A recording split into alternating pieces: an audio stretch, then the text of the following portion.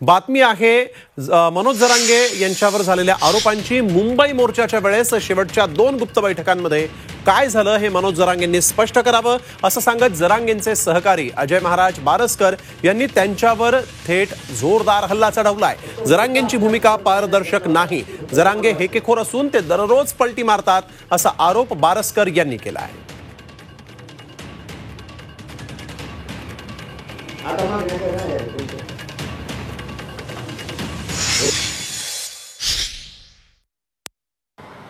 रांजणगाव गणपती येथे एका बंगल्यावर पहाटे 4 ते 6 या इतक्या वाजता एका उच्च पदस्थ अधिकाऱ्याला त्यांनी शिव्या दिल्यात।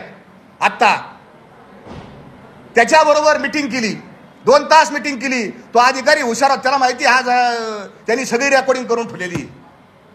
त्यांनी शिव्या खाल्ल्या, आता तो कवा तरी रिटायर होईनच। जरांगेचं सगळं बिंग बाहेर फुटणार आहे।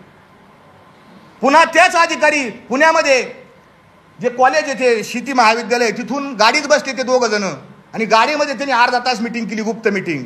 लोणावळ्याची गुप्त मीटिंग तुम्हाला सगळ्याला माहिती आहे आणि वाशीला सुद्धा गुप्त मीटिंग केली। मराठा समाजाचं नुकसान करणारा आहे, मराठा समाजाचं वाटोळं करणारा हा मनुष्य। मला हा अनुभव आला।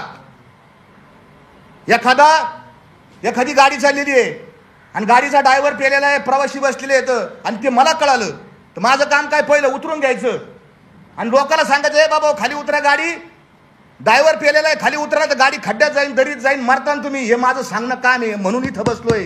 गाडीचा ड्रायव्हर पेलेला आहे, गाडी खड्ड्यात जाणार आहे, माझं सांगायचं काम आहे। सगळ्यात जास्त जसं एखाद्याचे 100 अपराध भरतात, आमच्या भगवान श्रीकृष्णाने सांगितले शिशुपालाचे 100 अपराध भरले त्याला मारलं, तसं या जरांगेचे 100 अपराध भरलेत। आणि 100वा अपराध कोणचा आहे तर ह्या जरांगेनी माझ्या जगद्गुरु तुकोबारायाचा अपमान केला। मी लय लहान माणूस आहे, माझा किती मला हाकलून द्या, मला माझ्या आम्हाला मान अपमान गोवे अवघे गुंडोनी ठेवावे। तुकोबारायाने आम्हाला मान आणि अपमानाचे काय नाही, मी तर फार क्षुल्लक माणूस आहे। पण हा मी याला सांगितलं, मी देऊन आलो, तुका म्हणे माझं धाडीले निरोपा, तू पाणी प्या, तुम्ही पाणी प्या।